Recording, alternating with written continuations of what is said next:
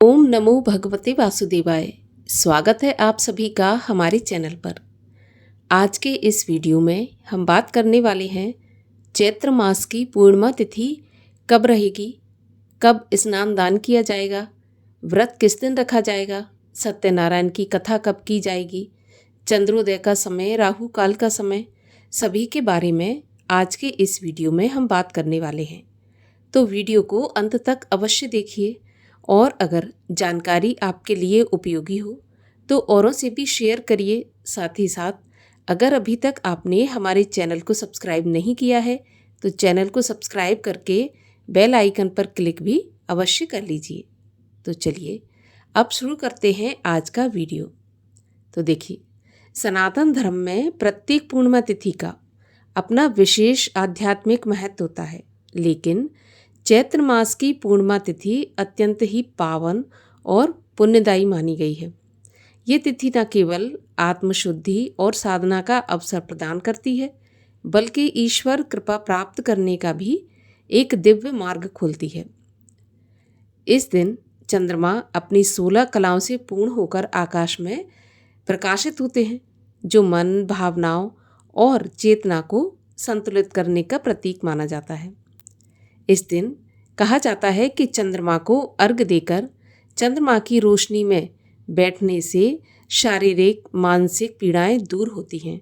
अगर किसी के माता से संबंध अच्छे नहीं हैं तो उसे पूर्णिमा का व्रत करके चंद्रमा को अर्घ्य देना चाहिए। इससे माता से संबंधों में सुधार आता है।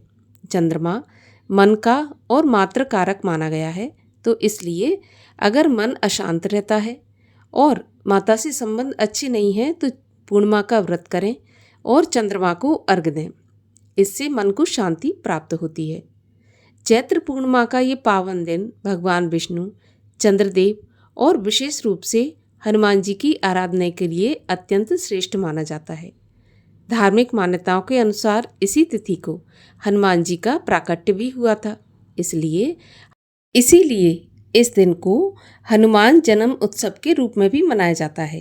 ये दिन भक्तों के लिए बजरंगबली की भक्ति, शक्ति और सेवा का अद्भुत संगम माना जाता है। इस दिन किए गए दान, पुण्य, जप, तप अनेक गुना फल प्रदान करते हैं। चैत्र पूर्णिमा के दिन हनुमान जी की उपासना का भी विशेष महत्व है। ये कलयुग के जागृत देवता माने जाते हैं, जो अपने भक्तों के कष्टों को हरते हैं और उन्हें साहस, बुद्धि और बल प्रदान करते हैं। पूर्णिमा के दिन भगवान विष्णु की पूजा, सत्यनारायण व्रत कथा, माता लक्ष्मी का पूजन करने से भी जीवन में सुख और शांति और समृद्धि बनी रहती है। इस दिन रात्रि में दीपदान भी करना चाहिए। दीपदान करने से नकारात्मक शक्तियों का नाश होता है और घर में सकारात्मकता का संचार होता है। हनुमान जयंती होने के कारण हनुमान जी को सिंदूर, चमेली का तेल और गुड़ चने का भी भोग लगाएं। हनुमान चालीसा एवं सुंदर कांड का पाठ करें। व्रतधारी और जिन्होंने व्रत नहीं रखा वे भी रात्रि में चंद्रदेव को अर्घ्य अवश्य दें। अर्घ्य देने के लिए आपको ये ध्यान रखना है कि जो भी आप अर्घ्य देते हैं उसके छींटे आपके पैरों पर नहीं पड़ने चाहिए। चंद्रमा को अर्घ्य देने के लिए एक पात्र में जल लें शुद्ध, और उसमें थोड़ा सा गंगा जल और कच्चा दूध मिलाएं और थोड़ी सी चीनी मिलाएं। इसके बाद चंद्रदेव को अर्घ्य दें। इससे नकारात्मकता दूर होती है और मन को शांति प्राप्त होती है। सत्यनारायण भगवान की कथा का भी इस दिन श्रवण करना चाहिए। अगर हो सके तो सत्यनारायण की कथा का अनुष्ठान करें। अगर नहीं कर सकते तो कथा तो अवश्य ही सुननी चाहिए। तो इसलिए पूर्णिमा तिथि का विशेष महत्व माना गया है। पूर्णिमा तिथि पर दान भी अवश्य करना चाहिए। शास्त्रों में ऐसा कहा गया है कि इस दिन दान करने से जन्म जन्मांतर के पापों का नाश होता है और मन और आत्मा शुद्ध होती है। सामर्थ्य के अनुसार अन्नदान, वस्त्रदान, जलदान या फिर अपनी सामर्थ्य के अनुसार जो भी हो सके दान अवश्य करना चाहिए। श्रम दान का भी बहुत अधिक महत्व है। मान के चलिए आप किसी प्रकार से दान नहीं कर सकते, पैसे का, अन्न का, तो मंदिर में जाकर श्रमदान भी कर सकते हैं। अर्थात मंदिर का झाड़ू लगाना, मंदिर के कामों में हाथ बटाना ये भी एक दान की श्रेणी में आता है और इसका भी विशेष पुण्य प्राप्त होता है। तो दान का भी बहुत अधिक महत्व बताया गया है। दान तो हमेशा करते रहना चाहिए, लेकिन पूर्णिमा पर किया गया दान सीधा देवताओं तक पहुंचता है, इसीलिए पूर्णिमा के दान का विशेष महत्व बताया गया है। पूर्णिमा की तिथि देवताओं को समर्पित तिथि होती है। जैसे अमावस्या तिथि पितरों को समर्पित मानी जाती है, उसी प्रकार पूर्णिमा तिथि देवताओं को समर्पित मानी जाती है। इस दिन माता लक्ष्मी सत्यनारायण भगवान की पूजा करने से जीवन के सभी दुख दरिद्रों का नाश होकर सुख समृद्धि आती है और मन की सभी कामनाएं भी पूर्ण होती हैं। साल 2026 में चैत्र मास की पूर्णिमा तिथि कब होगी, किस दिन पूर्णिमा तिथि प्रारंभ होगी, कब समाप्त होगी, तो आइए आपको बताते हैं। तो देखिए, पूर्णिमा तिथि का प्रारंभ होगा 1 अप्रैल बुधवार की सुबह 7:06 पर और पूर्णिमा तिथि का समापन होगा 2 अप्रैल गुरुवार की सुबह 7:41 पर। और ऐसे में पूर्णिमा तिथि 2 दिन मानी जाएगी।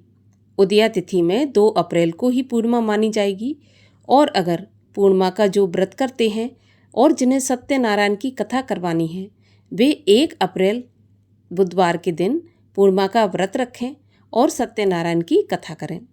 पूर्णिमा का व्रत उसी दिन रखा जाता है जिस दिन हमें चंद्रोदय व्यापिनी पूर्णिमा तिथि प्राप्त होती है और चंद्रोदय व्यापिनी पूर्णिमा तिथि 1 अप्रैल को प्राप्त हो रही है, तो इसी दिन व्रतधारी पूर्णिमा के व्रत को धारण करेंगे। पूर्णिमा का स्नान 2 अप्रैल गुरुवार के दिन किया जाएगा और इसी दिन हनुमान जी का प्राकट्य उत्सव भी मनाया जाएगा। ब्रह्म मुहूर्त में स्नान किया जाता है पूर्णिमा के दिन और ब्रह्म मुहूर्त का समय होगा 2 अप्रैल गुरुवार की सुबह 4:38 से 5:24 तक। वैसे 7:41 तक पूर्णिमा तिथि है, तो तब तक दान पुण्य स्नान किया जा सकता है।